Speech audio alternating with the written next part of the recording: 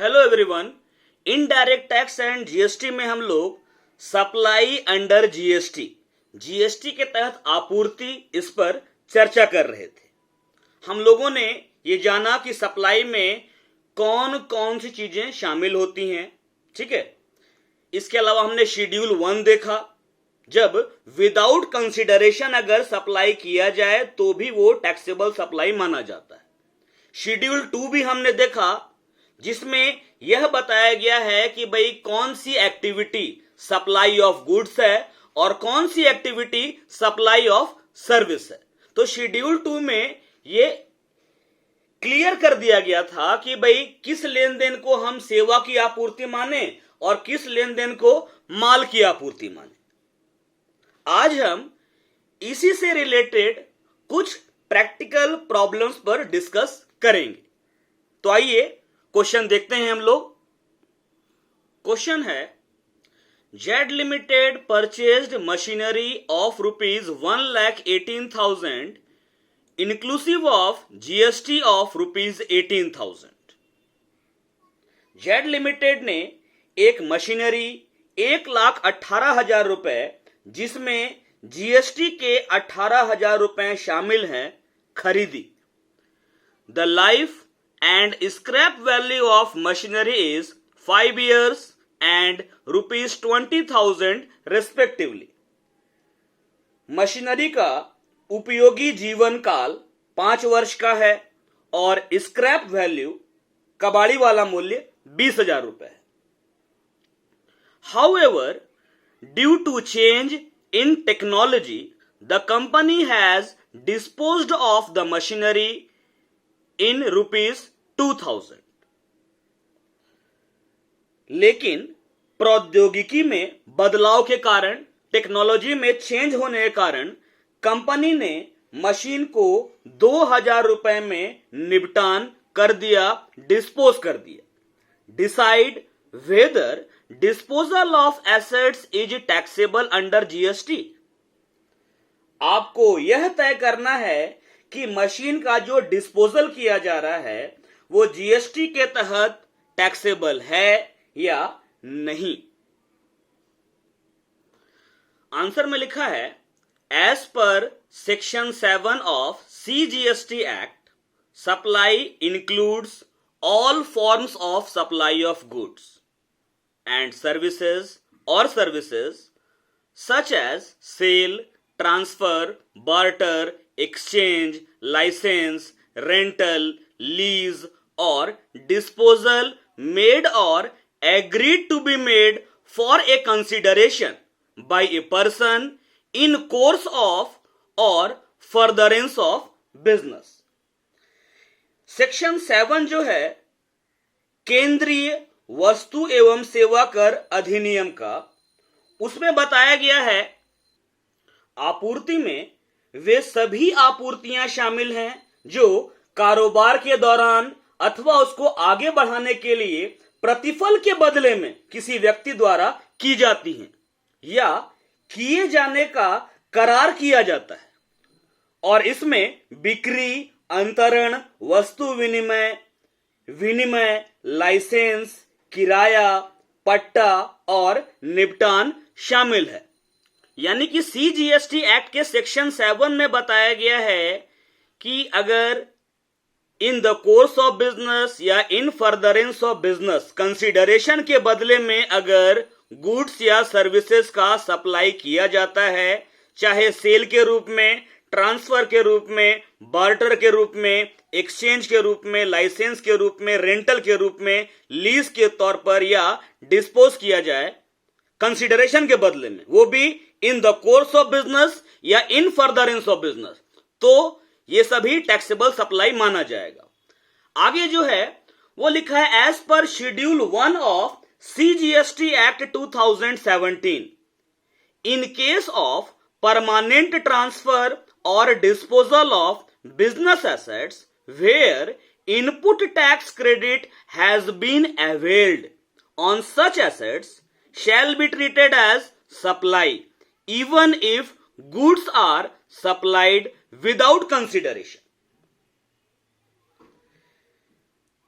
CGST act 2017 के schedule 1 अनुसूची 1 के अनुसार बिजनेस एसेट्स का परमानेंट ट्रांसफर या डिस्पोजल, जहां पर ऐसे बिजनेस एसेट्स पर इनपुट टैक्स क्रेडिट का लाभ उठाया जा चुका है या उठाया गया है, अब अगर इस संपत्ति को, इस एसेट्स को अगर ट्रांसफर किया जाए परमानेंटली या डिस्पोज किया जाए, है ना, तो उसको सप्लाई माना जाएगा, भले ही वो विदाउट कंसिडरेशन हो। सेक्शन 7 में तो बताया कि in the course of business या in furtherance of business consideration देकर अगर सब माने कंसिडरेशन के बदले में सप्लाई करते हैं तो वो टैक्सेबल सप्लाई है। शेड्यूल 1 में बता रहा है कि बिजनेस का एसेट है, उस पर इनपुट टैक्स क्रेडिट का बेनिफिट लिया जा चुका है। अब अगर इस बिजनेस के एसेट को, जिस पर इनपुट टैक्स क्रेडिट का बेनिफिट ले चुके हैं, इसको अगर विदाउट कंसिडरेशन भी अगर ट्रांसफर कर दिया जाए तो वो टैक्सेबल सप्लाई माना जाएगा। इसके बाद schedule 2 of CGST act 2017 also provides that transfer of business assets or disposed of business assets, whether or not for a consideration, shall be treated as supply of goods. CGST act 2017 की अनुसूची 2 schedule 2 यह भी बताती है कि business assets का transfer या business assets का डिस्पोजल, चाहे कंसिडरेशन के बदले हो या विदाउट कंसिडरेशन हो, माने प्रतिफल के बदले हो या बिना प्रतिफल के बदले हो, उसे माल की आपूर्ति के रूप में माना जाएगा। क्या माना जाएगा? Supply of goods. तो ये जो 3 प्रोविजन हमने देखा, सेक्शन 7, इसके बाद शेड्यूल 1, फिर शेड्यूल 2, इन सारे प्रोविजंस के संदर्भ में हम यह कह सकते हैं कि कंपनी के द्वारा मशीन का जो डिस्पोजल किया जा रहा है उसको सप्लाई माना जाएगा और कंपनी उस पर जीएसटी पे करने के लिए लायबल होगी। In the view of above provision, machine disposed of by the company shall be treated as supply and is liable to pay GST. Clear है? अगला सवाल बढ़ते हैं। नेक्स्ट क्वेश्चन है, determine whether the following activities are supply of services or supply of goods as per schedule 2 of CGST act 2017। यह तय करें कि केंद्रीय वस्तु एवं सेवा कर अधिनियम 2017 की अनुसूची 2 के अनुसार निम्नलिखित गतिविधियां सेवाओं की आपूर्ति मानी जाएंगी अथवा माल की आपूर्ति मानी जाएंगी। पहला है, change of use of air conditioner from business to personal use. व्यवसाय के एयर कंडीशनर का व्यक्तिगत उपयोग करने के लिए अंतरण करना। दूसरा है, transfer of the right to use of residential dwelling for residential purpose. आवासीय उद्देश्य के लिए आवासीय संपत्ति के उपयोग के अधिकार का स्थानांतरण। तीसरा है, where any person transferred its business as a going concern to another person। जहां किसी भी व्यक्ति ने अपने व्यापार को किसी अन्य व्यक्ति को चालू अवस्था में स्थानांतरित कर दिया हो। चौथा, supply of food or any other article for human consumption or any drink except alcoholic drink. लोगों के उपभोग के लिए खाद्य पदार्थों या पेय पदार्थों आदि की माल एवं सेवाओं की संयुक्त आपूर्ति। मानव उपभोग के लिए मादक शराब के अलावा। पांचवा है, टेम्पोररी ट्रांसफर और परमिटिंग द यूज और enjoyment of any intellectual property right.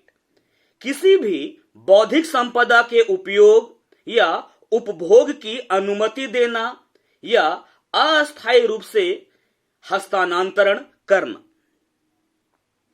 तो पहला जो है, change of use of air conditioner from business to personal use. Schedule 2 में यह क्लियर किया गया है कि जहां बिजनेस करने वाले किसी व्यक्ति के द्वारा या उसके डायरेक्शन के अकॉर्डिंग बिजनेस के लिए यूज किया जाने वाला कोई भी सामान अगर किसी भी पर्सनल यूज या बिजनेस यूज के अलावा या बिजनेस पर्पस के अलावा किसी और भी पर्पस के लिए अगर यूज किया जाता है तो उसमें कंसिडरेशन हो या नहीं हो, तो ऐसे जो सामान है उसके उपयोग को सेवाओं की आपूर्ति माना जाता है।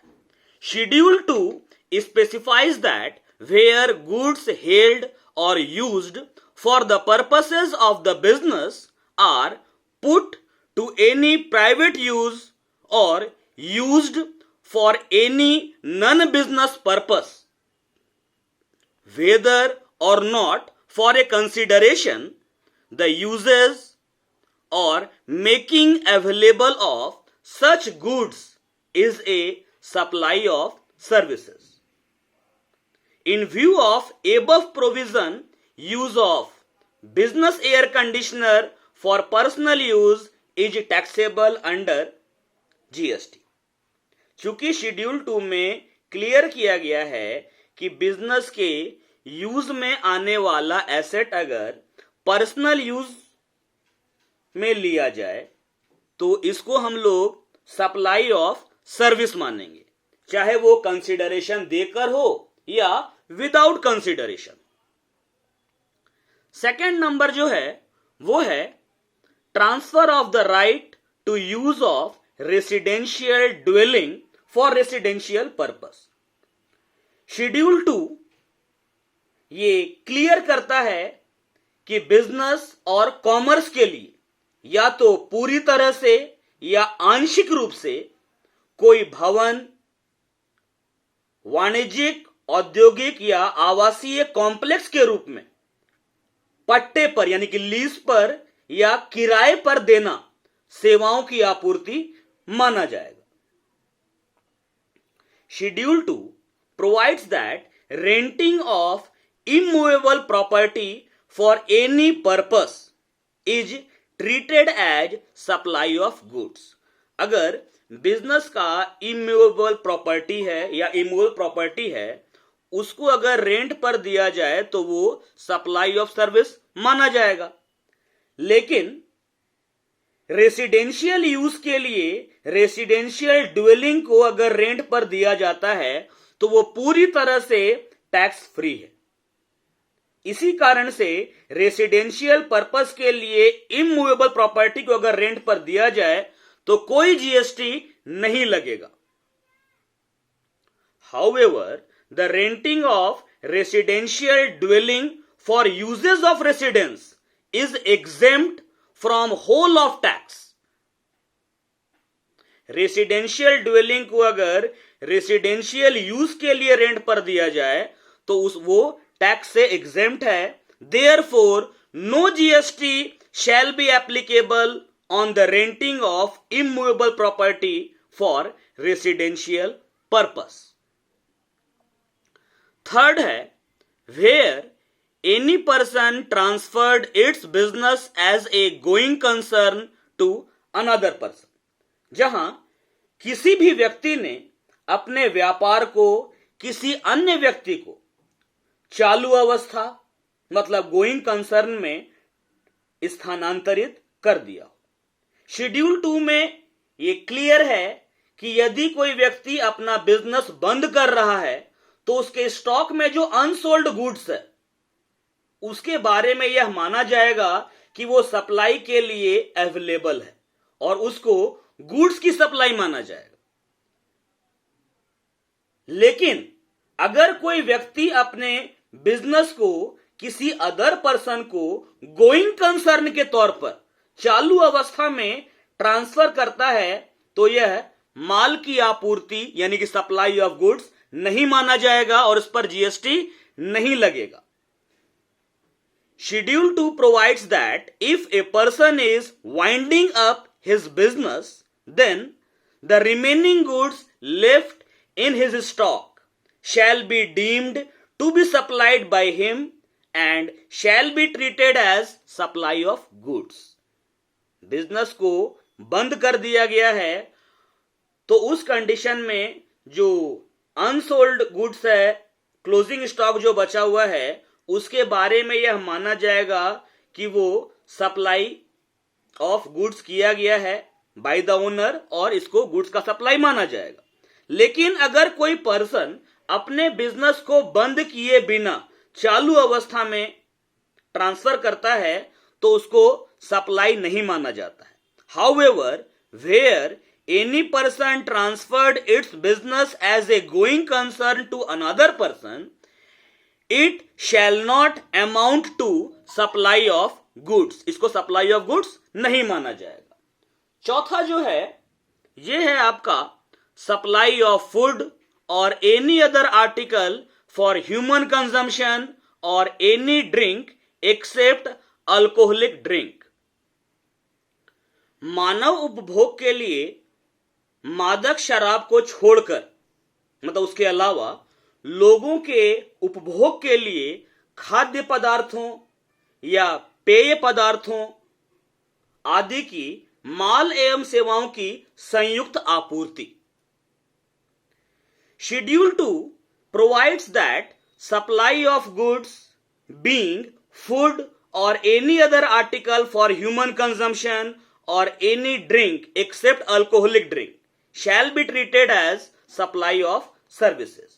शेड्यूल 2 में यह क्लियर किया गया है कि लोगों के उपभोग के लिए खाद्य पदार्थों या पेय पदार्थों आदि की माल एवं सेवाओं की संयुक्त आपूर्ति,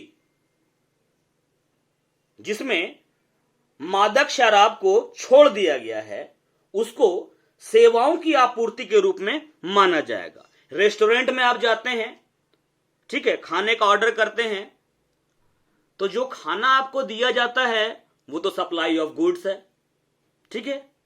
इसके अलावा आपको सर्विस दिया जाता है कि आप वहां बैठकर खाइए, वेटर आपको सर्व करता है। तो यहां पर रेस्टोरेंट में जो गुड्स एंड सर्विसेज दोनों का सप्लाई किया जा रहा है, इसको हम लोग सप्लाई ऑफ सर्विस मानते हैं एज पर शेड्यूल 2। पांचवा है टेम्पोरेरी ट्रांसफर और परमिटिंग द यूज और enjoyment of any intellectual property right. किसी भी बौद्धिक संपदा के उपयोग या उपभोग की अनुमति देना या अस्थायी रूप से हस्तांतरण करना। Schedule 2 specifies that temporary transfer और permitting the use or enjoyment of any intellectual property right shall be treated as supply of services. अनुसूची 2 में यह निर्दिष्ट किया गया है कि किसी भी बौद्धिक संपदा इंटेलेक्चुअल प्रॉपर्टी के उपयोग या उपभोग की अनुमति देना या अस्थायी रूप से हस्तांतरण करना सेवा की आपूर्ति के रूप में माना जाएगा। तो ये सप्लाई ऑफ सर्विस है नंबर 5। नंबर 4 भी आपका सप्लाई ऑफ सर्विस है। नंबर 3 ये सप्लाई है ही नहीं क्योंकि क्योंकि यहां पर गोइंग कंसर्न के तौर पर बेच रहे हैं। नंबर 2 ये भी सप्लाई नहीं क्योंकि रेसिडेंशियल हाउस रेसिडेंशियल पर्पस के लिए रेंट पर दिया जा रहा है। और पहला वाला जो है ये सप्लाई ऑफ क्या कहा जाए, ये टैक्सेबल सप्लाई है क्योंकि बिजनेस का मतलब कि जो एयर कंडीशनर है ना उसको पर्सनल यूज में लिया जा रहा है। बाकी हम लोग अगले क्लास में देखेंगे, ठीक है। सप्लाई अभी चल ही रहा है। और एक बात, अगर आप लोग क्लास पूरा नहीं करेंगे तो समझ में नहीं आएगा। ये अलग बात है कि आप एग्जाम पास हो जाइएगा, पास कर जाइएगा, लेकिन जब आप जॉब लेने जाइएगा, फील्ड में जाइएगा, आप अपने आप को मार्केट से बाहर पाइएगा। नॉलेज ही नहीं रहे तो कहां से जॉब लगेगा। चलिए, थैंक यू।